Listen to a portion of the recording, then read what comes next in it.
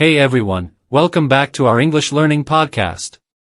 Today, we're going to talk about something really important for all English learners, building confidence in English conversations.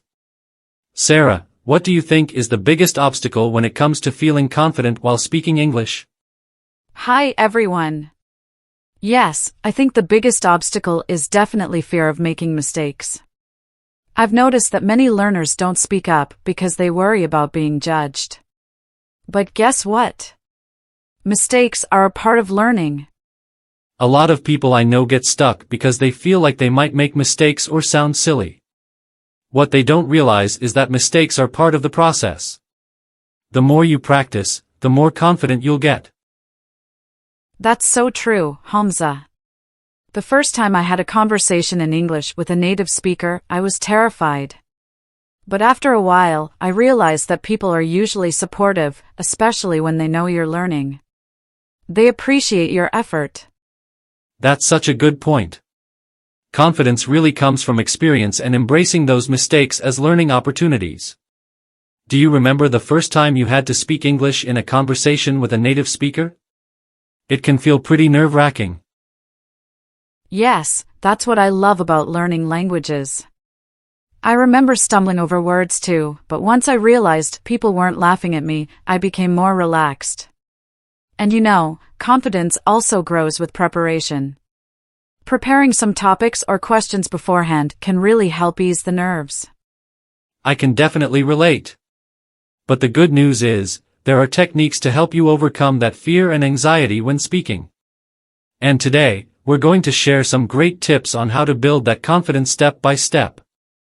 Exactly. Preparation is key. If you know you're going to a party, for example, think about common questions people might ask and practice your responses ahead of time. It's like building a toolkit for social situations. Exactly. So let's dive right in. One thing that helped me was practicing small conversations daily. Whether it's ordering food, asking for directions, or even speaking to myself in front of a mirror. These small steps build up your speaking muscles over time. And don't forget to slow down. When we're nervous, we tend to rush our words, but speaking slowly helps you think more clearly and gives your listener time to follow along. It's perfectly fine to take your time. Another tip is not to focus too much on speaking perfectly. A lot of learners think they have to speak like native speakers from the start, but even native speakers aren't perfect. Just aim to be understood. Perfection can come later with practice. Yes. Rushing through a conversation because of nerves can lead to misunderstandings. When you speak slowly, you're in more control of what you say, and you'll feel more confident as a result. Also, remember to celebrate your progress, even if it feels small. That's a great point. You don't have to sound like a dictionary. Fluency is about being able to express yourself comfortably. Speaking of that, another key is to learn phrases and expressions instead of just individual words. This way, you'll know how to respond naturally. Absolutely. Confidence isn't built overnight, but each small victory, like understanding a full sentence or expressing yourself, counts. It's all about consistency. The more you try, the better you get. Yes, phrases help a lot.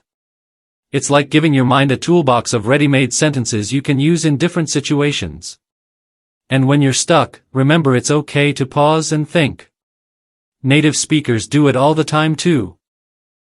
And when you hit a rough patch, just remember why you started learning in the first place. Motivation is important for pushing through those challenging moments. Keep your goals in mind, and don't give up.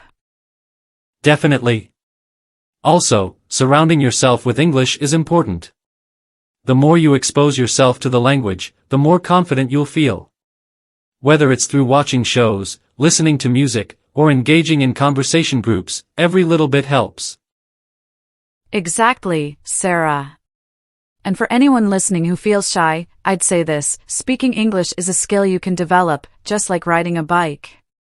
The more you practice, the more confident and natural you'll feel. I totally agree. Immersing yourself in English as much as possible builds both familiarity and confidence. Plus, you start thinking in English, which brings us to another important tip. And remember, it's okay to ask for help or to take things one step at a time. Surround yourself with supportive people who encourage your progress and celebrate your efforts along the way. You've got this. Right. Thinking in English instead of translating from your native language is key. It's a habit that you can build over time, and it really boosts your ability to respond faster in conversations.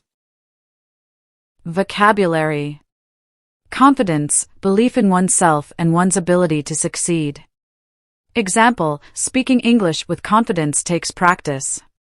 Fluency, the ability to speak or write a language easily and accurately. Example, fluency in English comes with regular practice. Toolkit, a set of skills or resources to help in specific situations. Example, learning phrases gives you a toolkit for conversations. Immersing, involving oneself deeply in a particular activity or environment. Example, immersing yourself in English helps build confidence. Judgment, the act of forming an opinion or decision. Example, fear of judgment holds many learners back from speaking. Questions. Why is it important not to rush when speaking English? Answer, speaking slowly helps you think more clearly, and it makes the conversation easier to follow for the listener. What can help build confidence in speaking English over time? Answer, regular practice, surrounding yourself with English, and embracing mistakes as part of the learning process will gradually build confidence.